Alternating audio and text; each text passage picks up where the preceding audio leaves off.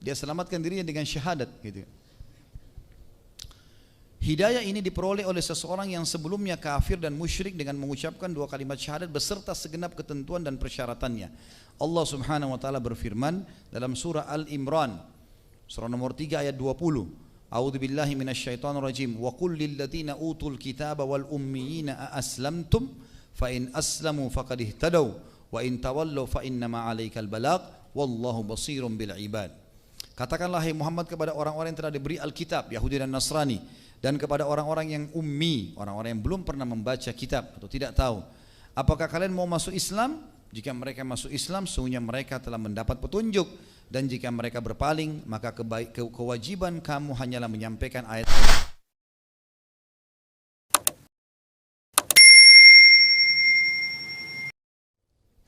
Ibnu Qayyim rahimahullah menyebutkan ada 4 macam atau tingkatan hidayah. Kalau tadi saya simpulkan ada 2 ya. Itu yang umumnya sampai para ulama. Yang pertama, beliau mengatakan hidayah itu ammah. Hidayah yang sifatnya umum. Hidayah ini meliputi semua makhluk hidup dengan jenisnya yang beragam. Dan ini tentu sangat rinci penyampaian beliau rahimahullah. Jadi maksudnya seperti hewan tahu makanannya, hewan tahu cara melahirkan induk hewan ya. Kemudian hewan anak bayinya tahu cara menyusui ya. Kita mungkin semua juga begitu tahu bagaimana ini tangan fungsinya untuk ini ya. Kemudian dan seterusnya mata melihat, telinga mendengar dan ini semua namanya hidayah ammah, dan ini masuk dalam seluruh makhluk tidak terkecuali. Yang kedua adalah hidayatul bayan wad dalalah wat ta'rif wal irsyad. Artinya hidayah bayan ya, hidayah yang berisi penjelasan ya, argumentasi yang seperti tadi kita jelaskan, hidayah irsyad ya. Kata beliau ini semua bisa dilakukan oleh siapapun yang memiliki kemampuan menyampaikannya. Ini yang dimaksud dalam firman Allah Subhanahu wa taala dalam surah Asy-Syura surah nomor 42 ayat 52. A'udzu billahi minasyaitonir rajim wa innaka latahdi ila siratim mustaqim. Sesungguhnya kamu benar-benar akan memberi petunjuk kepada jalan yang lurus. Artinya kita punya peluang untuk menyampaikan kebaikan-kebaikan kepada orang. Itu namanya hidayah irsyad. Allah juga yang memudahkan kita memahami dan kita bisa menyampaikan. Setiap muslim yang menyuruh pada kebaikan, ketaatan atau amal soleh adalah seorang dai kepada hidayah. Selain itu hidayah juga dapat diperoleh dengan kitab atau dari kitab bacaan maupun kitab visual sekarang. Yang ketiga, hidayah taufik wal ilham ya. Artinya taufik tadi yang kita jelaskan ya, hanya mutlak dari Allah. Ini merupakan kekhususan Allah Subhanahu wa taala, tidak ada yang memilikinya kecuali Allah Subhanahu wa taala. Ia memberi hidayah kepada siapa yang ia kehendaki tanpa ada campur tangan pihak lain, sekalipun Nabi Muhammad sallallahu alaihi wasallam, sebagaimana dalam firman Allah dalam surah Al-Baqarah surah nomor 2 ayat 272 yang bunyinya a'udzubillahi minasyaitonirrajim laisa 'alaika hudahum walakinallaha yahdi may yasha.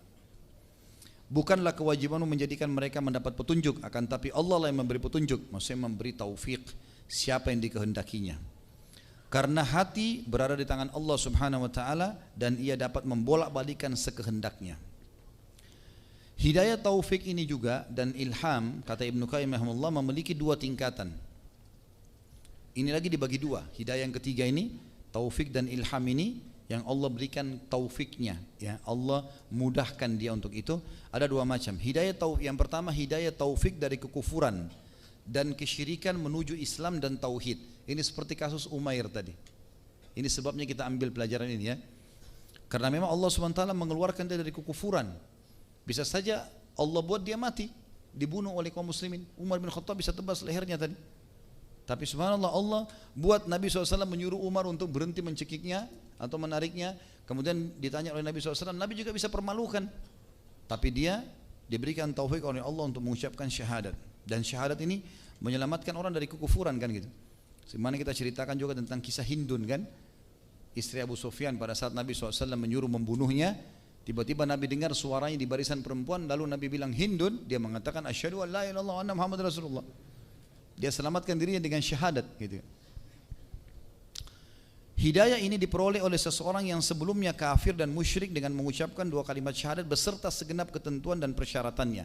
Allah Subhanahu wa taala berfirman dalam surah Al-Imran Surah nomor 3 ayat 20. A'udzubillahi minasyaitonir rajim. Wa qul lil ladzina utul kitaba wal ummiyina aslamtum fa in aslamu faqad ihtadaw wa in tawallaw fa innama 'alaikal balagh wallahu basirun bil ibad. Katakanlah hai Muhammad kepada orang-orang yang telah diberi Alkitab, Yahudi dan Nasrani, dan kepada orang-orang yang ummi, orang-orang yang belum pernah membaca kitab atau tidak tahu, apakah kalian mau masuk Islam?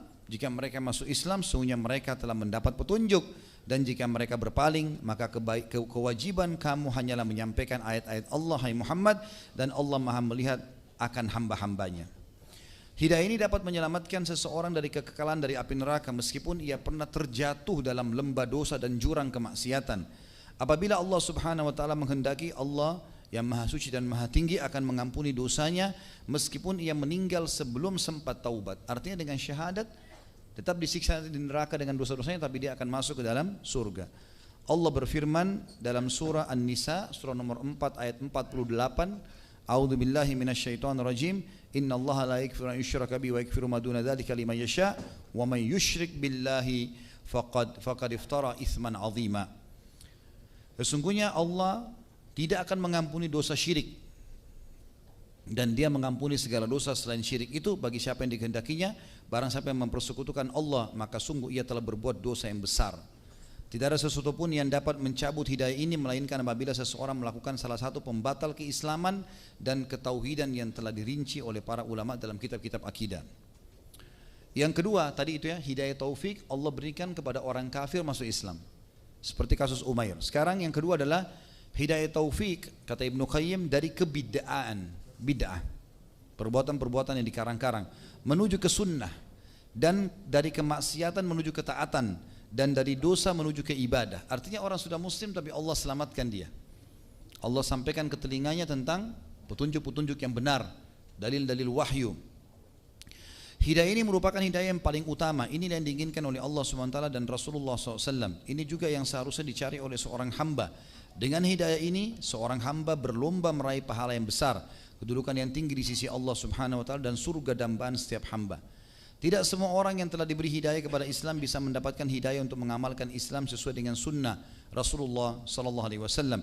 Bahkan sudah menjadi sunnatullah, ketetapan Allah Azza wa Jal. Banyak pihak yang menyimpang dan sesat, sedangkan yang sedikit yang selamat dari mereka hanya sedikit. Cermatilah berita Nabi sallallahu alaihi wasallam dalam hadis yang masyhur, hadis yang diriwayatkan oleh Tirmidzi dan dihasankan oleh Syekh Albani rahimahumullah. Rasulullah SAW bersabda, wa taftariku ummati ala 73 millah kulluhum fin nari illa millatun wahidah. Qalu wa man hiya ya Rasulullah? Qala ma ana alaihi wa ashabi. Umatku akan terpecah menjadi 73 golongan. Semuanya pasti masuk neraka. Maksudnya masuk neraka dulu, nanti masuk surga karena perbuatan-perbuatan bid'ah yang mereka lakukan. Kecuali satu golongan masuk surga tanpa hisab nih. Maka beliau ditanya oleh para sahabat, siapa mereka satu golongan itu ya Rasulullah? Beliau bersabda sallallahu alaihi wasallam, golongan yang berada di atas apa yang aku dan para sahabatku berada di atasnya. Selesai. Rasulullah dan sahabat kerjakan, kita kerjakan. Tidak usah dikerjakan. Agama sudah sempurna. Ini orang yang selamat. Hanya satu golongan yang dinyatakan selamat dari kesesatan. Mereka adalah orang-orang yang senantiasa di atas sunnah Rasulullah sallallahu alaihi wasallam. Hidayah ini merupakan konsekuensi dari hidayah taufik yang pertama.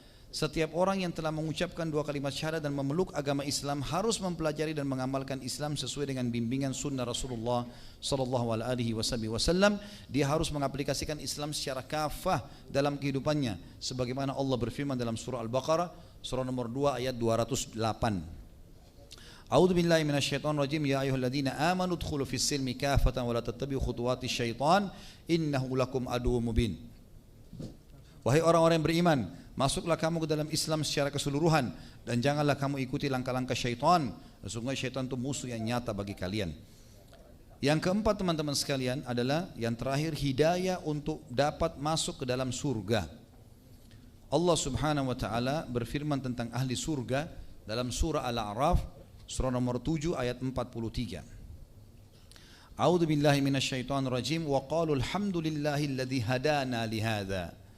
Para ahli surga akan berkata setelah masuk di surga, segala puji bagi Allah yang telah menunjuki kami kepada surga ini. Keempat tingkatan hidayah ini, kata beliau dalam penutupan, bertahap sifatnya. Seorang hamba yang belum mencapai tingkatan kedua tidak akan mencapai hidayah tingkatan yang ketiga. Untuk mendapat tingkatan hidayah yang keempat, ia harus melalui tingkatan yang kedua dan ketiga. Demikianlah seterusnya. Ya. Jadi artinya hidayah ini saling berhubungan satu sama yang lainnya. Hanya saya tadi itu adalah rincian yang bisa kita ambil pelajaran darinya. Allahu a'lam.